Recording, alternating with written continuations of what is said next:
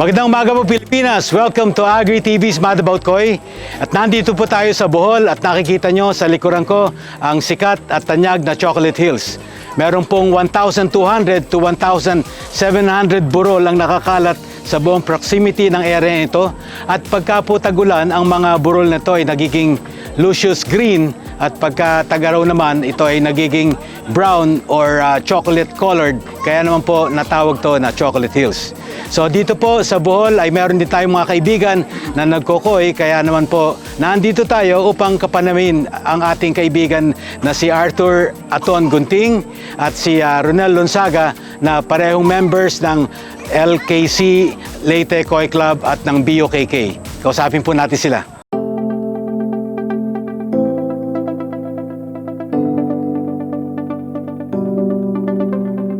So Ronel from LKC, Art from BUKK. Ano ba yung nangyari dito? Bakit nagkaroon ng joint? What's happening? What's cooking? Ronel? After nung koi event natin last month, yung koi seminar dito sa Bohol, napagkasunduan ng bawat group na magkaroon ng grow out to solidify sa grupo ng dalawang club at to promote camaraderie and para sa fundraising ng bawat club kasi after pandemic parang ang dalawang club nag-uumpisa ulit. Oo.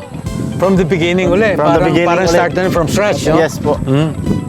So you thought of like doing a grow out contest, Leyte Koi Club and Boy Koi Club side by side in tandem. Yes po, Sir Mike. Sige, paki-explain further, Art, ano ba itong mechanics na nangyari dito? Ang mechanics po na nangyari dito yung isda po Sa Leyte ang isda po sa Leyte po mag-uumpisang Selection? ng isda. Tapos po ang ending po niya sa Bohol po, sa Dawis, sa Portage po. Actually, Panglaw pa ba yun?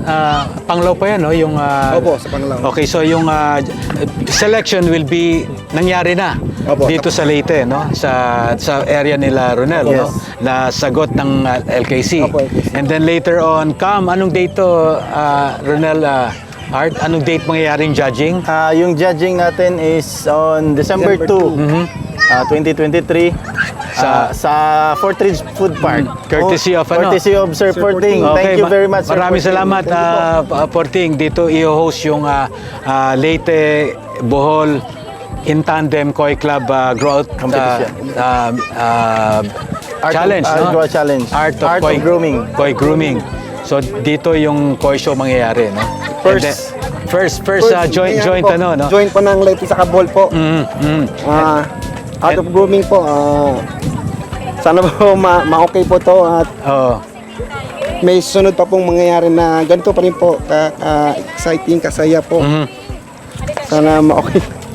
So, nung nangyari to, Art, no, Ronel, yung selection natin nung June 24, no? Opo. First day of selection, meron pa pong mangilan-ngilan na mga koi ang nahandito. Opo, meron po. Natira, kundi na lang, no? Pero I'm guessing towards the end of December 2 before judging, mauubos to. Opo. No? Kasi ito hopefully, no? Fingers crossed. But I think it's gonna happen. But it's gonna be a fun grow out contest. Come December 2, I will be judging the show together with, sino pa ba kasama natin dito, Ronel? Together with Sir Armiel De Torres from Manila. Armel from Manila, and then Attorney Elgin Perez. Thank you so much. Thank you so much, Attorney. Si Ken Kimpo from Aklan. Yes, from Aklan. And of course si Doc Albert. From Jensen? Jensen. Actually Carmen. Carmen, North Cotabato. Okay. So watch out, and then there's going to be a special twist na gagawin namin dito. So as we progress towards the end of the judging, pati yung mga hindi nakuha, kung 5 man yung hindi nakuha for the show, isasama natin sa judging. So parang hindi natin alam kung sino nanalo until the awards night. Yes. Until the awards night of December 2. So may chance pa rin ang mga hindi nabili. So eto pagalingan ng pagpili. Yes. Bukod sa pagalingan ng pag-aalaga. So one more time, gentlemen, Art, Ronel, paki-imbita sila for the upcoming Leyte Bohol Koi Club Growth event. Go ahead. So I would like to invite everyone sa Art of Grooming Challenge ng Bohol at Leyte Koi Club Grout Competition na sumali kayo kasi napakagandang opportunity ito na makakuha ng magagandang isda na affordable ang price at makasupport pa kayo sa both clubs namin para sa fundraising activity.